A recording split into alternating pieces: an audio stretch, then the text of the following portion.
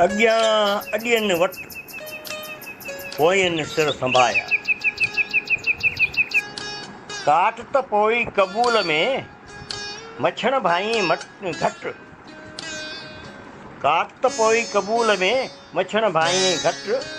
मथा महायनि जा प्या न पसी पट। कलार के हट कुसण जो कूप वहे। अस्सलाम वालेकुम सजणो।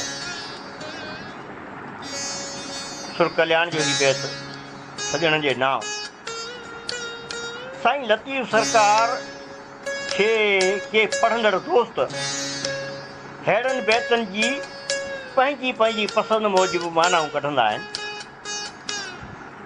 पर हक़ीक़त हीअ आहे त लतीफ़ साईं पंहिंजी शाइरीअ में सिर्फ़ ऐं सिर्फ़ सिंध जे लोक किसनि खे ॻायो, जेके उन वक़्त जा सुघड़ पोताकनि मच कचेरियुनि में ॻाईंदा हुआ, ॿुधाईंदा हुआ ऐं संझे मां शुरू थींदा त सुबुह थी वेंदो। हिकु हिकु कहाणी ते ई सुबुह थी वेंदो, छो त उन्हनि किसनि कहाणियुनि खे ॻाहण सां ॻायो वेंदो हो। पर लतीफ़ साईं जो दौरु जीअं त सिंध सां कूप ऐं कहर जो दौरु हो। अरगोन, तुरखान, ईरानी, मतिलबु जेको दुनिया जो ॻेझू तालबा आज़मा हो, सो घरां अची जेकॾहिं कावड़िजे त सिधो अचो सिंध ते कड़के, छाकाणि त सिंध सुखी सताबी हुई ऐं सिंध खे लुटे ठॻियो तगीर करियो पोइ हलियो वञे। लतीफ़ जहिड़े सिंध इंसानियत दोस्त आफ़ाक़ी शाइर लाइ ही हालतूं जी झोरण जहिड़ियूं हुयूं।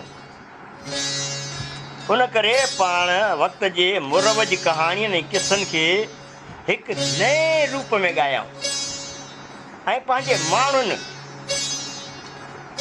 खे उन्हनि ॻेझू धारियलनि ख़िलाफ़ु इज्तिमाही जिदोजहद जो सॾु ॾिनो। पर ज़ाहिरी सां गॾु बातिनी ऐं रूहानी माना सां बि। हिन बैत में लतीफ़ साईं पंहिंजे क़ौम जे हक़नि जी राह लाइ जिदोजहद कंदड़ उन्हनि योधनि जवाननि ऐं मथेर मुड़ुसनि खे मुखातिब आहिनि ऐं खेनि हिमथाइनि था ऐं हिकमत अमली था बयानु कनि सघनि त हक़ सच ऐं साणे जी जे धारियुनि खां आजपे जी जिदोजहद जो सभ खां पहिरियों सबक़ु आहे इज्तिमाहियत जो, जेका निहायत ज़रूरी आहे।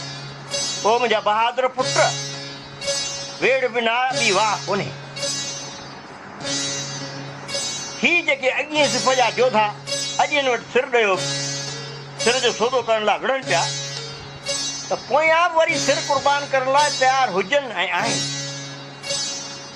सिर भली घटिजी वञे पर उहो क़ुर्बानी जो अज़ीम छो त इन जे करे ई क़ुर्बानी जो इहो अज़ीम जज़्बो क़बूलियत जो दर्जो थो माणे ऐं उनखे घटि बि न भाए। हू ॾिस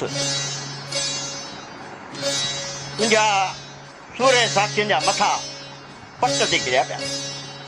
संदन अहिड़ी क़ुर्बानी लाभाइती ऐं क़बूलियत मानींदड़ आहे।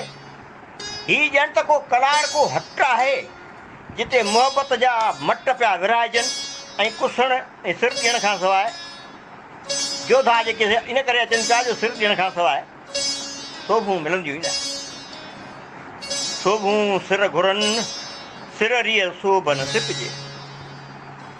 सोन बराबरि सिसियूं तोरियां तान तुरनि जे हींअरे मंझि हुरनि से मुल्ह महागा सुपरी जेल